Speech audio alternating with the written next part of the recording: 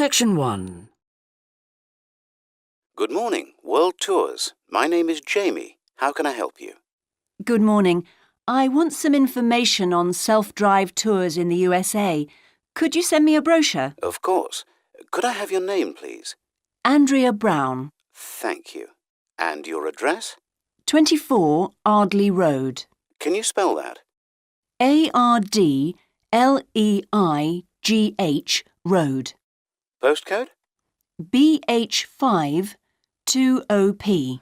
Thanks. And can I have your phone number? Is a mobile all right? Fine. It's 07786 643 091. Thank you. And can I ask you where you heard about World Tours? From a friend, or did you see an advert somewhere? No, I read about you in the newspaper. OK, I'll get the brochures in the post to you, but can I give you some information over the phone? What kinds of things do you want to do on your holiday? I'm interested in going to California with my family. I've got 2 children, and we want to hire a car. OK, we have a couple of self-drive tours there visiting different places of interest in California. The first one begins in Los Angeles, and there's plenty of time to visit some of the theme parks there. That's something on my children's list, so I'd want to include that. Good. Then you drive to San Francisco. From San Francisco, you can drive to Yosemite Park, where you spend a couple of nights. You can choose to stay in a lodge or on the campsite. I don't like the idea of staying in a tent. It'd be too hot. Right. And the tour ends in Las Vegas. OK. The other trip we can arrange is slightly different. It starts in San Francisco, then you drive south to Cambria. Someone told me there's a really nice castle near Cambria. Will we go near that? Hearst Castle is on that road, so you could stop there. Good. I'd like to do that. Does this trip also go into the desert? No, it continues to Santa Monica, where most people like to stop and do some shopping. We have enough of that at home, so that doesn't interest us. OK. Well, you could go straight on to San Diego. That's good for beaches, isn't it? That's right. That's a good place to relax, and your children might like to visit the zoo before flying home. I don't think so. We want some time for sunbathing and swimming. So, how many days are the trips, and how much do they cost? The first one I told you about is a self-drive tour through California, which lasts 12 days and covers 2,020 kilometres. The shortest journey is 206 kilometres, and the longest is 632 kilometres.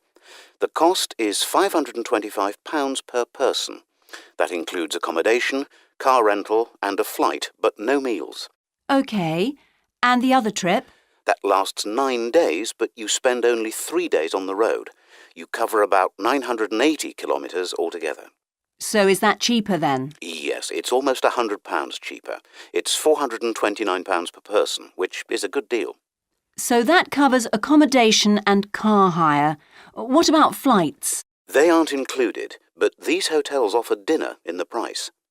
OK. Well, thank you very much. I'll be in touch when I've had a chance to look at the brochure. I'm pleased to help. Goodbye. Goodbye. Section 2. On behalf of LP Clubs, I'd like to welcome you all here today. My name's Sandy Fisher, and I'm one of the fitness managers here. Before we start our tour of the club, I'll just run through some basic information about the facilities we have here, including recent improvements, and explain the types of membership available. Our greatest asset is probably our swimming pool, which at 25 metres isn't Olympic-sized, but now we've expanded it to 8 lanes, it's much wider. This means there are rarely more than a couple of people at a time in each lane. Unfortunately, there isn't space for an outdoor pool here, but the glass roof on the swimming pool is partly retractable, which means you can enjoy something of the open-air experience on warmer days.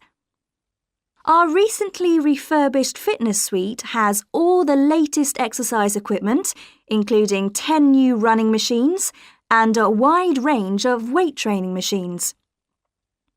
Each member is given full training in how to operate the equipment, and there is always a trainer on duty to offer help and advice.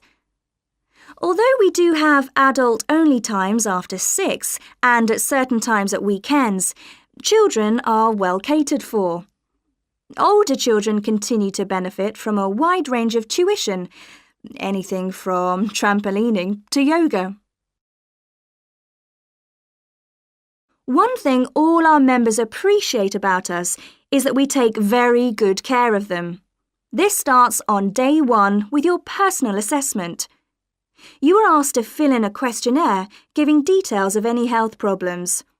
One of our personal trainers will then go through this with you. The trainer will then take you through the safety rules for using the equipment in the fitness suite. During your next exercise session, a personal trainer will work with you to make sure you understand these. It's very important to do this because we really do want to avoid having any sports injuries. There's a lot more to looking after yourself than simply lifting weights. At the end of the personal assessment, the trainer will draw up a plan outlining what you should try to achieve within a 6-week period. This will then be reviewed at the end of the 6 weeks. Now, I'll just quickly run through the types of membership we have available. All members must pay a joining fee of £90 in addition to the rates for the monthly membership fees. Gold membership entitles you to free entry at all LP clubs. There are now LP clubs in all major cities and towns, so if you travel a lot, this will be a great advantage. Individual gold membership costs £50 a month, and joint membership for you and your partner will cost £75. Premium membership is for professional people whose work commitments make it difficult for them to use the club during the day, and so LP gives booking preferences to Premier members at peak times. This means you'll find it easier to book the sessions at times that suit you. Reciprocal arrangements with other LP clubs are available to Premier members. Premier membership is for individuals only, but you'll be sent passes for guests every month. The monthly fee is £65. You don't have to have any special clothes or equipment when you visit the club. We provide robes and hairdryers in the changing rooms, but it's very important to remember your photo card because you won't be able to get in without it. For people who aren't working during the day, Section 3. Hello, Professor. I'm John Wishart. I'm working on my entry for the Global Design Competition. My tutor said you might be able to help me with it. Ah, yes, I got a copy of your drawings. Come in and tell me about it. What sort of competition is it? Well, it's an international design competition, and we have to come up with a new design for a typical domestic kitchen appliance. I see. And are there any special conditions? Does it have to save energy, for example? Actually, that was the focus in last year's competition. This year's different. We have to adopt an innovative approach to existing technology, using it in a way that hasn't been thought of before. I see. That sounds tricky. And what kitchen appliance have you chosen? Well, I decided to choose the dishwasher. Interesting. What made you choose that? Well, they're an everyday kitchen appliance in most Australian houses, but they're all pretty boring and almost identical to each other. I think some people will be prepared to pay a little extra for something that looks different. It's a nice idea. I see you've called your design the rock pool. Why is that? Basically because it looks like the rock pools you find on a beach. The top is made of glass so that you can look down into it. And there's a stone at the bottom. Is that just for decoration? Actually, it does have a function. Instead of pushing a button, you turn the stone. So it's really just a novel way of starting the dishwasher. That's right. It's a really nice design, but what makes it innovative? Well, I decided to make a dishwasher that uses carbon dioxide. In place of water and detergent? How will you manage that? The idea is to pressurise the carbon dioxide so that it becomes a liquid. The fluid is then released into the dishwasher where it cleans the dishes all by itself. Sounds like a brilliant idea. Your system will totally do away with the need for strong detergents. So what happens once the dishes are clean? Well, to allow them to dry, the liquid carbon dioxide and the waste materials all go to an area called the holding chamber. That's where the liquid is depressurised and so it reverts to a gas. Then the oil and grease are separated out and sent to the waste system. It sounds like you've thought it all out very thoroughly. So what happens to the carbon dioxide once the process is complete? Not wasted, I hope. Actually, that's where the real savings are made. The carbon dioxide is sent back to the cylinder and can be used again and again. What a terrific idea. Do you think it will ever be built? Probably not, but that's okay. Well, I'm sure a lot of positive things will come out of your design. Now, you seem to have thought about everything, so what exactly did you need me to help you with? Well, my design has made it to the final stage of the competition, and in a few months' time I have to give a presentation, and that's the part I was hoping you could help me with. Right, well, that should be easy enough. What have you managed to do so far? Well, I've got detailed drawings to show how it will work, and I've also written a 500-word paper on it. I see. Well, if you want to stand a good chance of winning, you really need a model of the machine. Yes, I thought I might, but I'm having a few problems. What's the main difficulty so far? Let me guess. Is it the materials? Yes. I want it to look professional, but everything that's top quality is also very expensive. Look, projects like this are very important to us. They really help lift our profile. So why don't you talk to the university about a grant? Oh. I can help you fill out the application forms if you like. Oh, that would be great. You'd better show me this paper you've written as well. For a global competition such as this, you need to make sure the technical details you've given are accurate and thorough. Oh, that would be a great help. Is there anything else I can do? Well, I'm really nervous. Section 4. Today, we continue our series on ecology and conservation with a look at a particularly endangered member of the black bear family. 1 in 10 black bears is actually born with a white coat, which is the result of a special gene that surfaces in a few. Local people have named it the spirit bear, and according to the legends of these communities, its snowy fur brings with it a special power.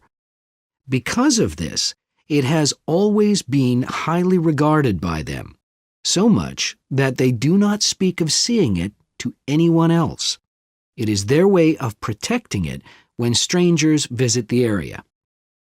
The white bear's habitat is quite interesting. The bear's strong relationship with the old-growth rainforest is a complex one. The white bear relies on the huge, centuries-old trees in the forest in many ways. For example, the old-growth trees have extremely long roots that help prevent erosion of the soil along the banks of the many fish streams. Keeping these banks intact is important because these streams are home to salmon, which are the bear's main food source. In return, the bear's feeding habits nurture the forest. As the bears eat the salmon, they discard the skin and bones in great amounts on the forest floor, which provide vital nutrients. These produce lush vegetation that sustains thousands of other types of life forms, from birds to insects and more. Today, the spirit bear lives off the coast of the province of British Columbia on a few islands. There is great concern for their survival, since it is estimated that less than 200 of these white bears remain. The best way to protect them is to make every effort to preserve the delicate balance of their forest environment. In other words, their ecosystem.